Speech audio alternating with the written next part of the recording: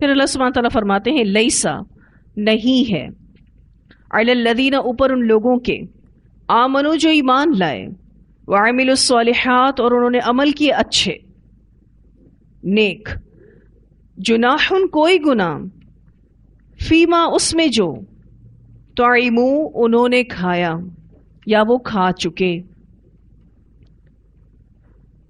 طعمو ماضی کا صیغہ ہے، یعنی ماضی میں کھا چکے پی چکے. اللہ سبحانہ تعالیٰ فرماتے ہیں ان لوگوں پر جو ایمان لائے اور انہوں نے نیک اعمال کیے، اس چیز میں کوئی گناہ نہیں جو وہ کھا چکے، یا اگر آپ بریکٹ میں لکھ لیں کہ وہ پی چکے. حرمت شراب کے بعد بعض صحابہ کے ذہن میں یہ بات آئی کہ ہمارے کئی ساتھی جنگوں میں شہید ہو گئے یا ویسے ہی فوت ہو گئے جبکہ وہ شراب پیتے رہے ہیں، تو کیا ان کی آخرت برباد ہو گئی؟ تو آیت کے اس حصے میں اس شبے کا ازالہ کیا گیا ہے کہ ان تمام لوگوں کا خاتمہ ایمان اور تقوی ہی پر ہوا، کیونکہ شراب اس وقت تک حرام نہیں ہوئی تھی.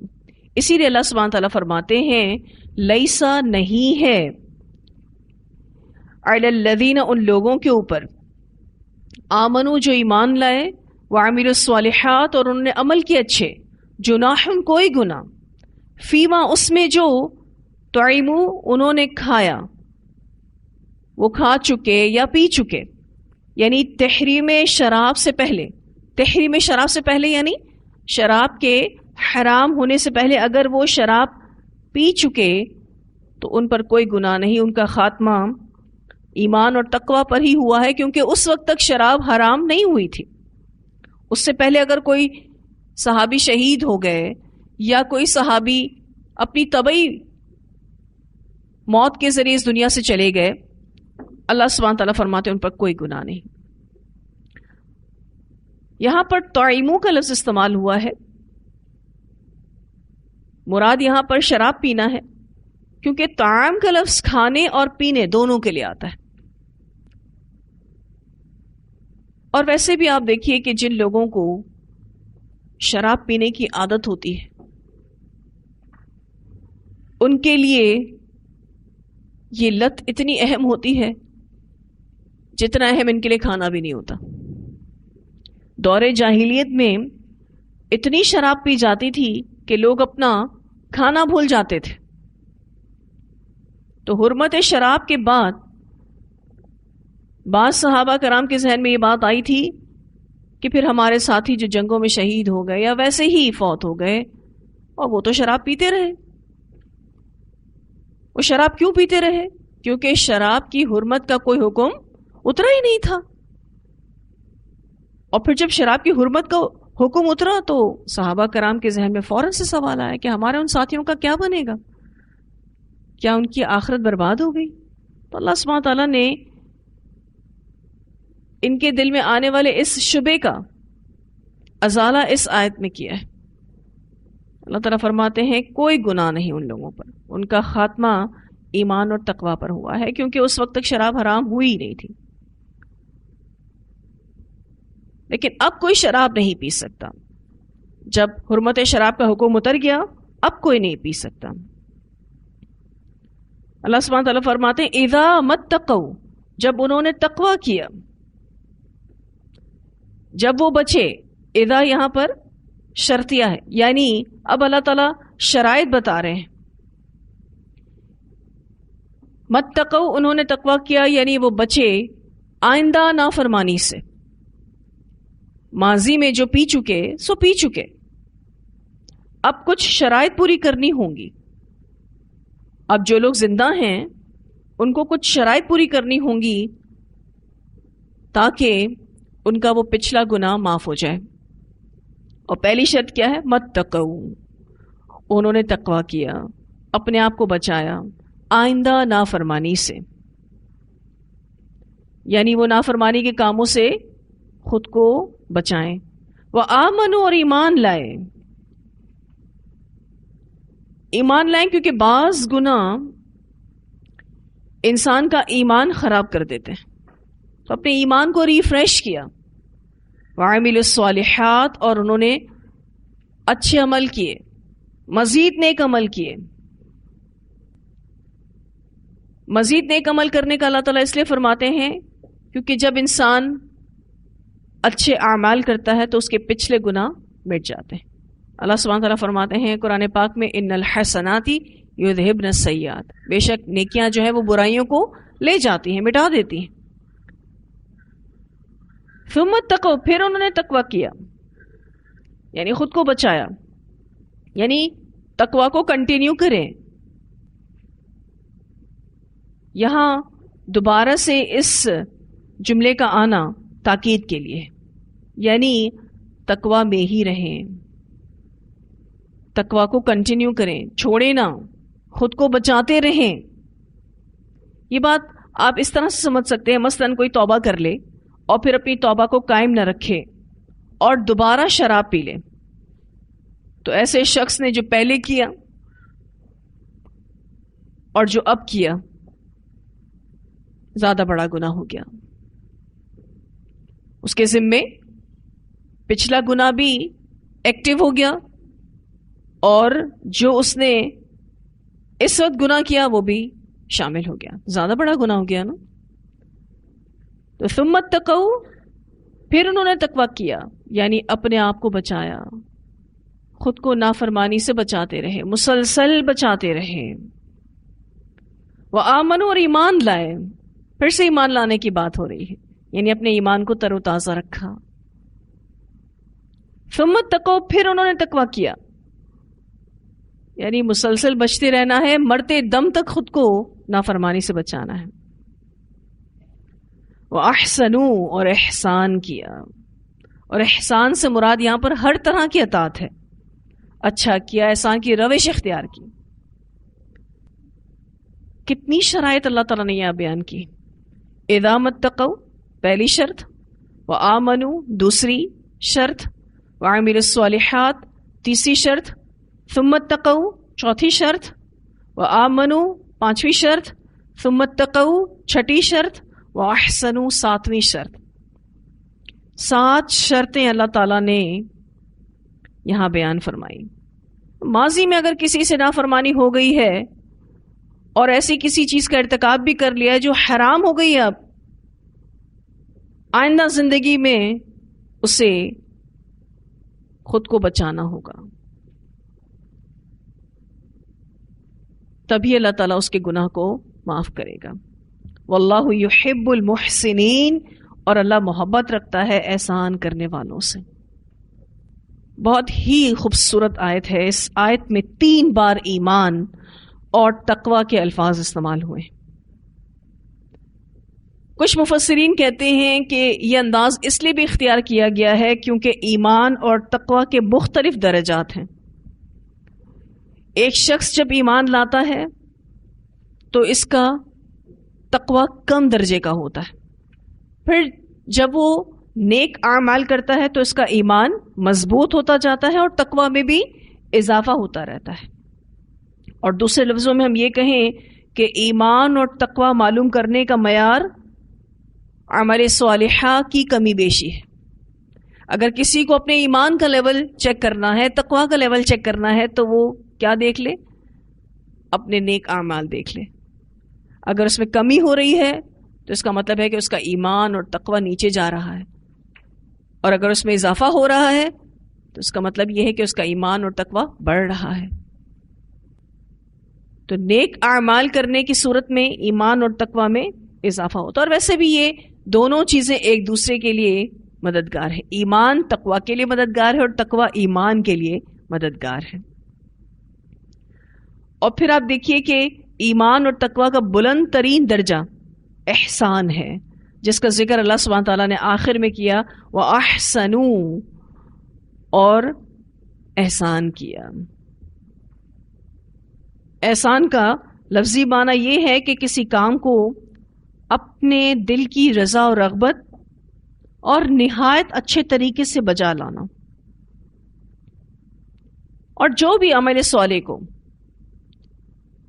ان شرائط پر کرنے والا ہوگا تو وہ نیک عمل احسان کے درجے کا ہوگا. حدیث جبریل بڑی مشہور ہے. حضرت جبرائیل علیہ السلام نبی اکرم صلی اللہ علیہ وسلم کے پاس آئے تھے اور آپ صلی اللہ علیہ وسلم سے سوال پوچھا تھا احسان کیا ہے؟ تو آپ صلی اللہ علیہ وسلم نے فرمایا احسان یہ ہے کہ تو اللہ کی عبادت ایسے کرے جیسے تو اسے دیکھ رہا ہے، اور اگر ایسا نہ کر سکے تو کم از کم یہ سمجھے کہ اللہ تجھے دیکھ رہا ہے. بخاری کی طویل روایت ہے جس میں حضرت جبرائیل نے بہت سارے سوال نبی اکرم صلی اللہ علیہ وسلم سے کیے تھے، جس میں ان میں سے ایک سوال یہ تھا.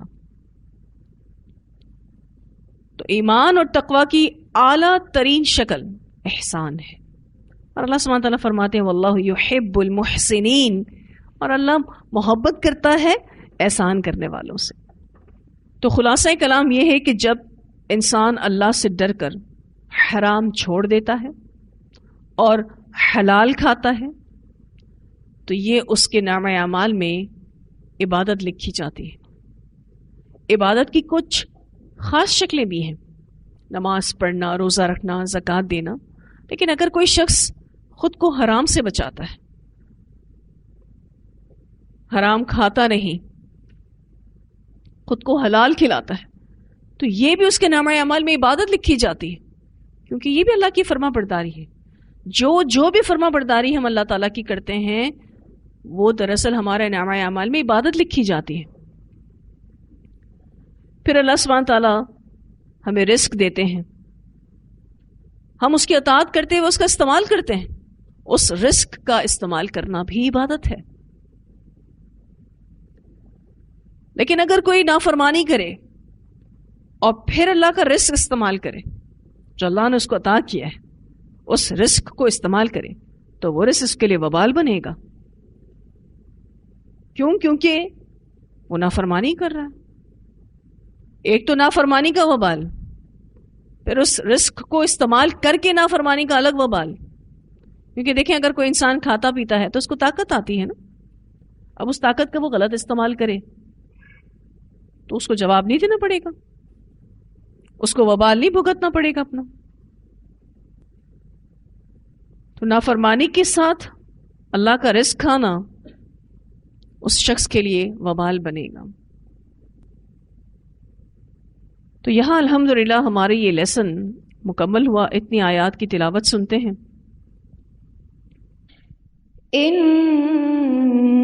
انما يريد الشيطان ان يوقع بينكم العداوة والبغضاء في الخمر والميسر ويصدكم عن ذكر الله وعن الصلاة فهل أنتم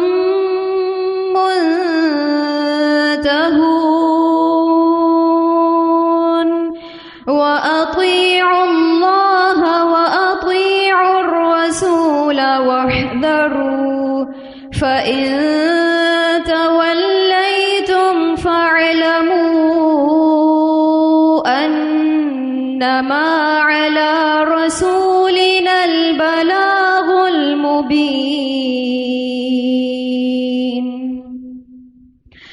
ليس على الذين آمنوا وعملوا الصالحات جناح فيما طعموا إذا ما اتقوا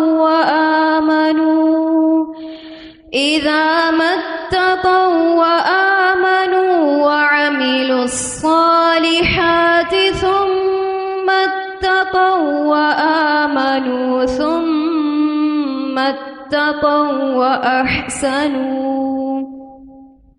وأحسنوا والله يحب المحسنين.